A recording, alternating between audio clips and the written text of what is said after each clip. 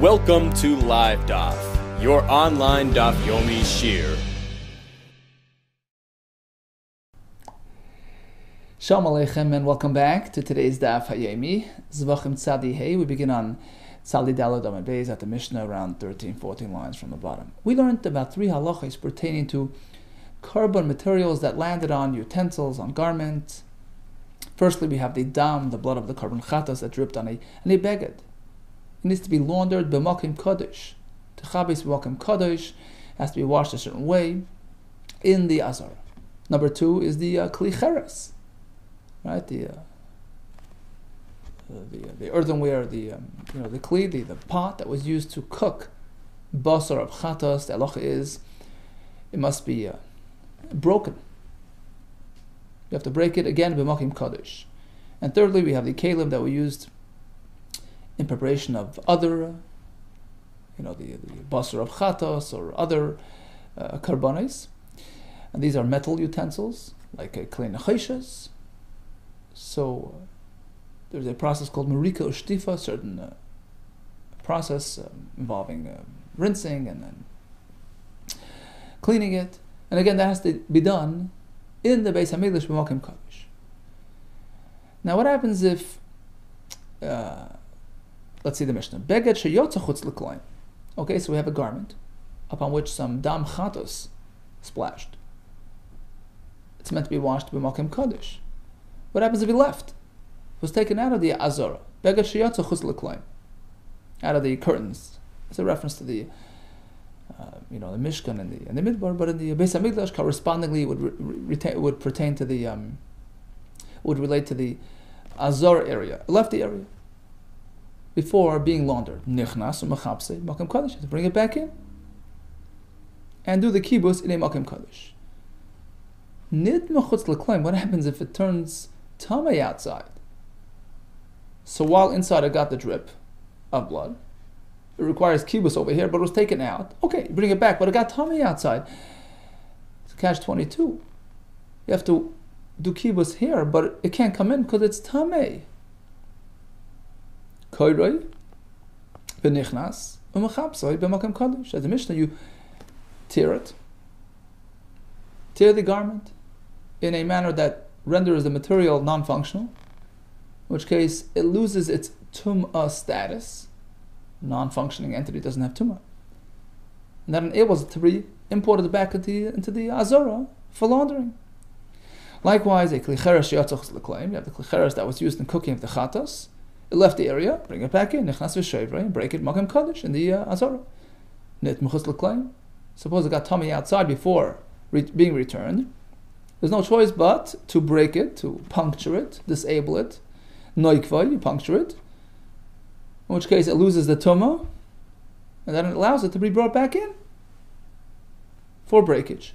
V'nichnas v'shevrei b'makom kodesh. Thirdly, clean chayshes sheyatzach l'klayim. You have the metal pot that was taken out, bring it back in and wash it up. Nichnas u'markai v'shoytfei b'makom kodesh. If du marika v'shtiva b'makom kodesh. If nit mechut l'klayim, it got tamei outside, before you bring it back in, poichsa, you have to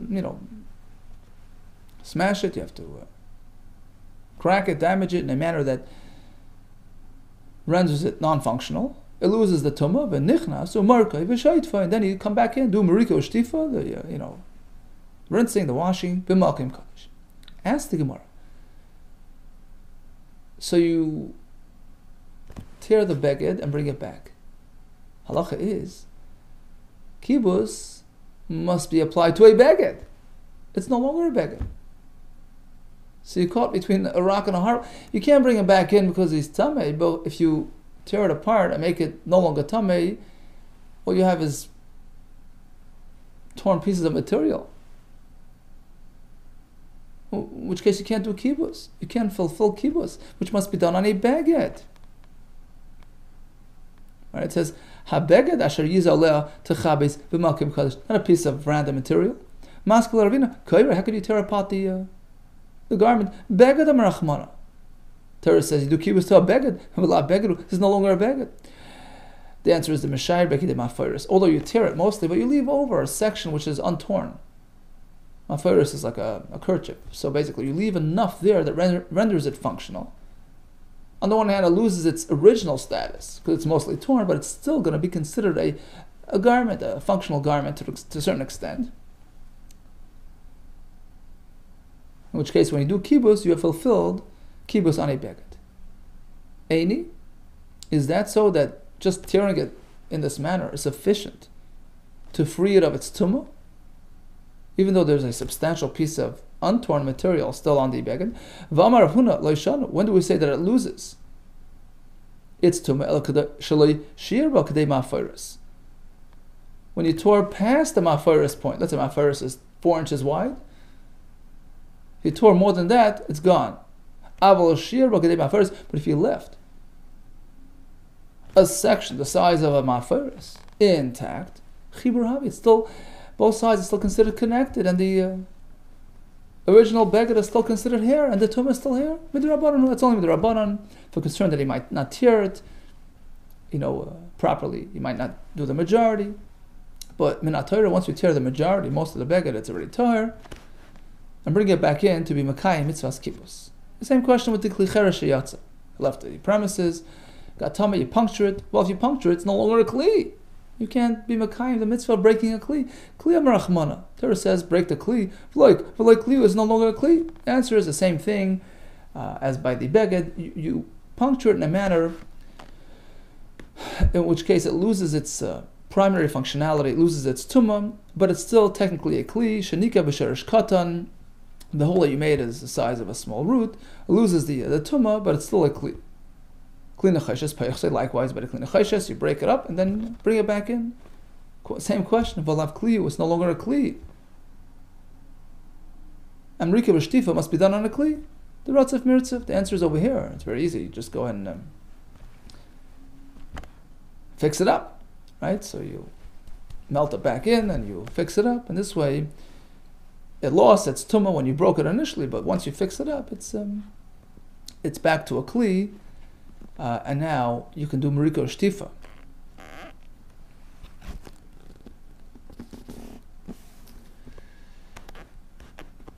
Continues the Gemara. Amrish Luggage. What if a similar occurrence happens with the me'il? We know the me'il, the cape that the Kohen Gadol wears, is made of very thick ply threads. Rashi says it needs to be chuton kafel shneim asar, 12 ply threads. So it's quite a thick piece of material. Now, there's another halacha that the me'il may not be torn. Lo yikareya, you can't tear it. So if this type of story happens to the me'il, it was a droplet of blood on it, it was taken out of the premises, it got tummy, now we're stuck. Unlike a regular beged that could just be torn, ripped apart, to lose the tumah. By the me'il, you can't tear it. What do we do? How do we bring it back for washing? Amrish Luggage, very simple. Me'il shenitma. You know what happens to the me'il that becomes tamei? Machnisa b'pachis. Mishalosh al shalosh machapsei. Bring it in bit by bit.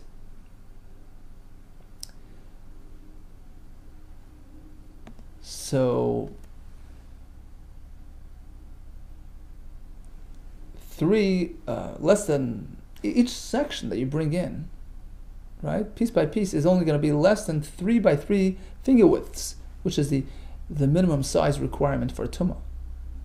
So you don't tear it, but you stick it only a little bit at a time and wash that section at a time. So you haven't really inserted the shiur of a beged tamei. Because the pasuk doesn't allow tearing it. I have a question. The sections have to be less than 3 by 3. Otherwise, you have a substantial, substantially sized piece of material which has tumah. Not by thick material. Thick material is not really functional if it's so small. A small piece of material is pliable. It can be used as the patch, but a thick 12-ply piece of material, a little piece of it is not really useful. Rashi says, a real good piece, 3 by 3 tefachim to sit on it. So what's the issue? Why do you have to keep it so small? Less than 3 by 3 finger width at a time, even more than that wouldn't be an issue. Moist rather baraba ha'oven v'arak of these thick materials. This formula, this halacha that 3 by 3 is considered metame, it doesn't apply to thick items like these. You're right, typically, just a small piece of thick ply, that wouldn't really be functional. But agav avin, on account of their father, meaning when this little section of 3 by 3 is connected to a larger meal, so on account of its father, on account of its, the fact that it's connected to that beged, that gives it chashivas, gives it prominence, gives it functionality.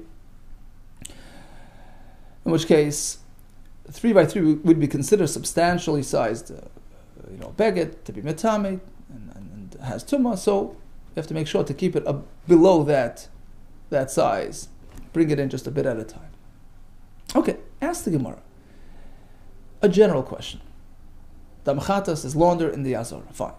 The halacha is, how do you wash the damchatas? You have to apply 7 cleansing agents, 7 different detergent agents. Rashi brings them as a full list here. Roik tafel, fresh saliva upon awakening. Meraglayim, right? V'neser, uburis, v'oil, v'kamuni, v'ash, all types of laundering agents. So one of which is the meraglayim. You can bring meraglayim into the Beis HaMikdash. Right, we know that from we say in the Keteris in the morning, right? Right? It's not respectless. How do you ever do kibbutz on the damchatas in the Azara? But by Shiva Samamani, you need those 7 agents. Don't Rav Nachman, Amar Rabbarvo, damchatas, the kibbutz on damchatas, and likewise the laundering process applied to a nega, as discussed in the Torah, Maris Negaim Tzrichen. Both of these need Shiva Samamanim, 7 cleansing agents. With Tanya, we have the Bryce that we all know. El Shei Machnis Meraglayim B'Mikdash. You can bring Meraglayim into the Mikdash. Perhaps you'll say, the Mavlu B'Ad Shiva Samamanim. You don't bring it separately. You just combine it with the other ones. Uma Avarlu L'Kulu Kechat. And you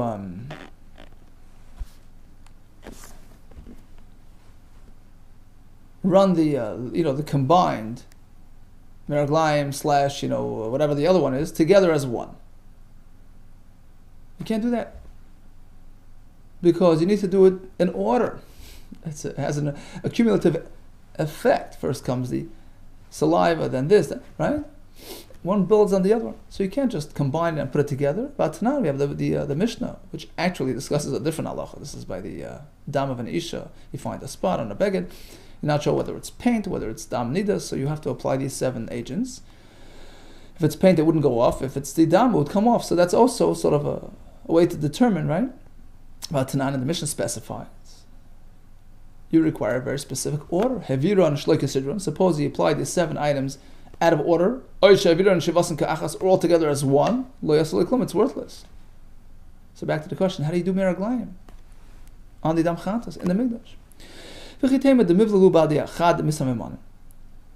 Perhaps you'll do like this. So first one we said was the roik tafel, right? The saliva. Then comes meraglayim, and then comes neser. I understand I can't just mix the meraglayim with the other ones, but perhaps I can mix it with the roik tafel. So it will be roik tafel with meraglayim together, and then the neser. Or first roik tafel, then meraglayim and neser together, which is sort of in order. Perhaps that also qualifies. Problem is, there's a halacha. You have to agitate, you have to rub 3 times on each one of these detergents. And that can only be done if it's totally separate. Right? Ella rather, the mavlalu b'roik tafel.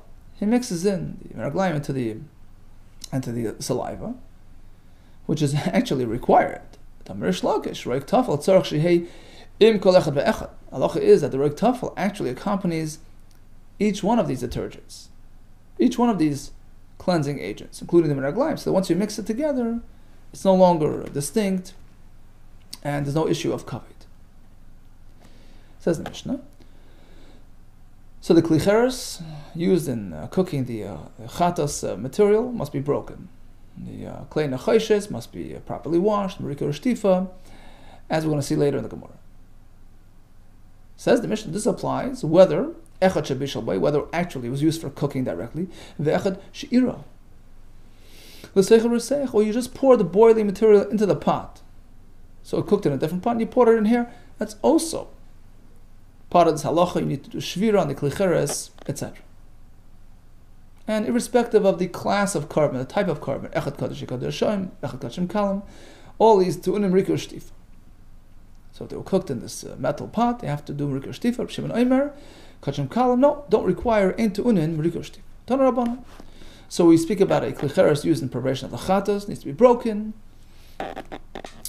and a metal kli used in preparation of other karbanas need merikah shtifa. Tana Rabbanan.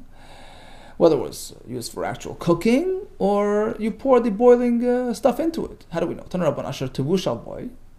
That sounds like bishul only. Ainli ella shebishul boy. Perhaps only if it was used for direct cooking. Irul sech resech. What about if you just pour stuff into it? Boy is an extra lashon to tell you, even if you pour the boiling meat into this pot, it also requires shavira. Boy rambachama. Okay, so the klicheres used in cooking needs shavira. If it absorbed in this fashion through irui, also. What about the following case? The klicheres enable the cooking of the roasting indirectly, without direct contact. An oven in which they roasted chatas material. There was never any direct contact between the meat and the oven walls. The walls were merely enablers. They facilitated the cooking process. So the question is, does the Torah require shvira even in this case? Talai bavir taner mao. He suspended the chatas meat in the air of the taner, and he boiled it and he roasted inside. No. What's the status of that oven afterwards? Abishul ubilua. Who the kabed rachmanu? When the Torah says break, perhaps that's only when both elements are present. The utensil cooked the material and absorbed. Or you can say, one is enough. Abishul b'loy bilua. Even without absorption, such as the oven, which facilitated the cooking, but without bilua. So which way is it? Amarava. Certainly, even one factor is sufficient to necessitate breakage. Tanarab Tashma, look at the Mishnah. Echad shebishal boy, whether it was used for cooking, so there's cooking and absorption, or is merely poured into it. All you have is one element of absorption. So you see, one element is enough. No, how could you compare? There was never a question that if there's absorption, even without direct cooking, of course, it applies. Our question is the other way. Facilitated the cooking without absorption. What's the halacha there? Tashma, comes a riot. You meant to know that the oven that they had in the Beis Hamikdash was made of metal. Why? The Gemara is assuming, since it was used to roast the spits with the chatas material, so you don't want to have to break the oven, so they would use metal. Like carpet. Now, if we're not concerned about bishul, will that be law? What's the issue? Niyavid shel cheres, just make him of pottery. Apparently, there is a concern. No, that's not the reason. That's because they use these ovens to bake the leftovers of the doughs of the menachos that the Kehanim would eat. Tafiyasim betana, which was cooked in this oven, and in that case, you have direct cooking and absorption as well. Vika bishul bilua. Right, the oily material is directly in contact with the they used to put the dough directly on the wall and material of the oven. So there's an issue of absorption of carbon material. Then you're running into issues of expiry and a noisar and all that. The best is to use metal materials, which allows for proper cleansing and hagola, etc. But that was the only reason. Perhaps there's no issue of shviras klicheres, when there's no direct contact and no direct absorption. Okay, speaking about absorption and baking, hautanura. Here comes a story about a certain oven. The atchube, they smeared in a tichya some fat. Okay, some fat was smeared on the oven, fleishigs, right? And it was going to be used for baking of some sort of fleishiga bread. No, you can't do that. Because you might use that fleishig bread with milk. right? Bread is sort of it's a staple food that you can go either way. You can use it for milchiks and fleishes. You can only make it parv, only neutral. You can't commit it to fleishes, less to be used with milchiks. It can be used as made as a milchika. Bread, less to be used with fleishes, right? It goes both ways. Asra, who forbade the use of this bread? Rabba bar Eloi. Lemichla l'rifta l'olam. He says you can't eat this bread ever, forever. Rashi explains that the tichya is a certain type of bread sitting on this grease, and that's how they would, No, you can't use it. L'olam. What does l'olam mean? Rashi says even if you go and clean up the oven, heat it up, no, because the fattiness is so absorbed in the walls, it's over. V'afil b'milcha, you can't use that bread. Any bread cooked in the oven cannot be used. Baked in the oven cannot be used, even if it's eaten with which is merely salt. Why? There's a concern. Dilma asi l'mechla b'kutcha, because you might eat it with kutach, which is a sort of a milky dip. Meitva, here comes a kash. You tell me the oven has no hope, even through heating it up. It's not going. The following brisa seems to say that you can fix up the oven by heating it up and burning out the residue. Likewise, you can't knead your dough with milk, right? You can't make a milky bread. If he did so, you can't use the bread. Why? For the same concern, he might mistakenly eat it with meat. Similarly, you can't smear an oven using aliyah, tail fat material. If he did so, the bread breaking that oven is forbidden. Unless he burnt out the oven. Apparently, burning out is okay. In contrast to Rabbi Eloi, who seems to say there's no solution. Tiyufta, in fact, this is an upshlag refutation to Rabbi Eloi. Tiyufta, you can fix up the oven by burning it out. Like we have today, the self-clean cycle. It burns it out. Whatever's in there is gone. If that's the case, that you can fix up the oven, once Rabbi Eloi was refuted, so why did Rav tell us regarding Pesach, Kederes, these cheres pots bepesach, in anticipation of Pesach, you can't use them. You have to break them because they were used with chametz and they're absorbed with chametz residue. Just burn them out like the oven. So he says, no. Rav muki lo lahi b'shalmatechas. Rav understood that brisa which allows burning out is talking about a metal oven. It could be burnt out, but a cheres material doesn't allow for burning out. It's so deeply absorbed, it's not going anywhere. You might have another answer can be given. V'tano shel cheres. Although burning out works even by a tano shel cheres, but not by the pots. Why? Zeh sekim bifnim. In contrast to the oven, which is burnt out from within. The fire is inside, so it does a proper burning at the source. So you can rely on that and safely assume it's burnt out. Zeh sekim bachutz, as opposed to the pots, where the fire is merely outside, but the source material was inside. Right? That's where the food was lying, and that's where the problem begins. That's where the main residue is lying. So the fire on the outside can't necessarily reach and properly burn out through and through. Okay, so that's why you have to break it. Okay, so just instruct the people to burn it out from the inside. Throw the fire inside the pot. People aren't necessarily going to listen so quickly. The mitbar is going to be concerned about this pot. He's not going to load it up with enough fire. He's not going to heat it up to the point that would be effective. Chayis Ali is going to be concerned about their well-being, the mitbar, that they'll break. So we can't really rely on that process.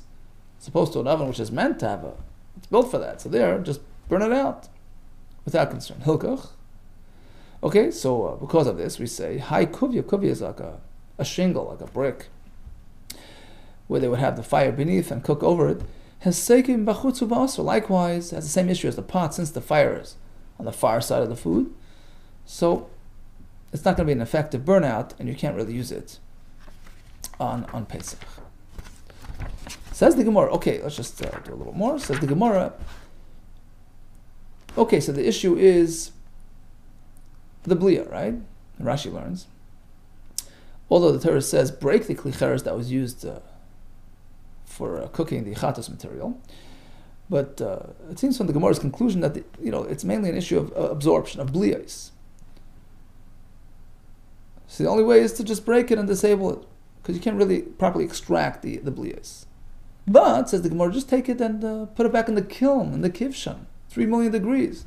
it's certainly going to burn itself out. It's a new entity. It's totally renewed. Certainly any residue left in there is gone and burnt out. El kadera shel migdash ama yishavru.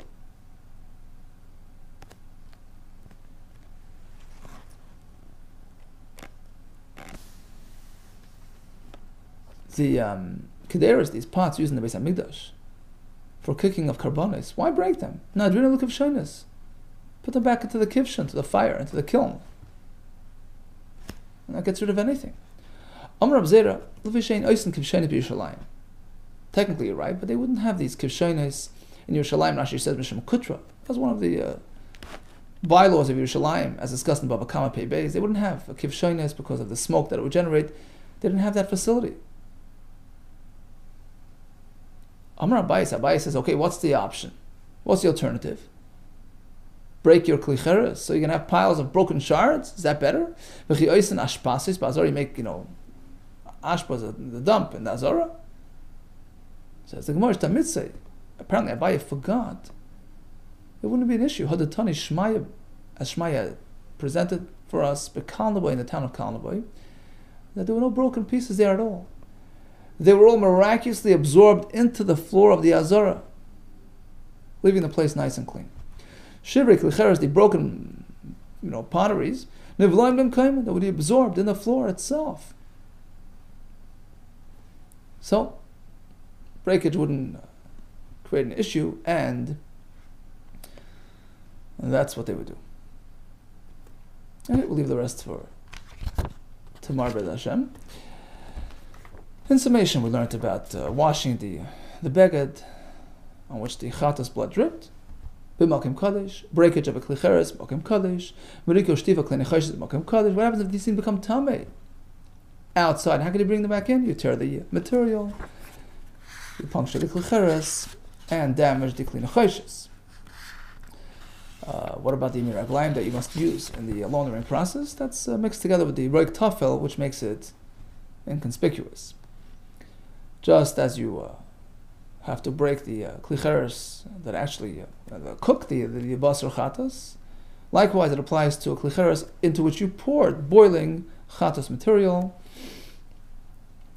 So we discussed bishul with blia, bishul without blia, and we sort of left us hanging with the other question of bishul and blia, blia without bishul, and bishul without blia. That was the oven without the blia, which we have yet to resolve. We did learn in halacha that bread has to always be left neutral, lest it be used for fleishiks and nochiks.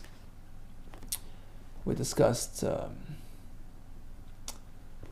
burning out an oven as opposed to kederes, which you can't really apply that process to, concerned that you might not do it properly, but all agree that kivshainis would certainly solve the issue if, in fact, they would have been accessible in Yerushalayim.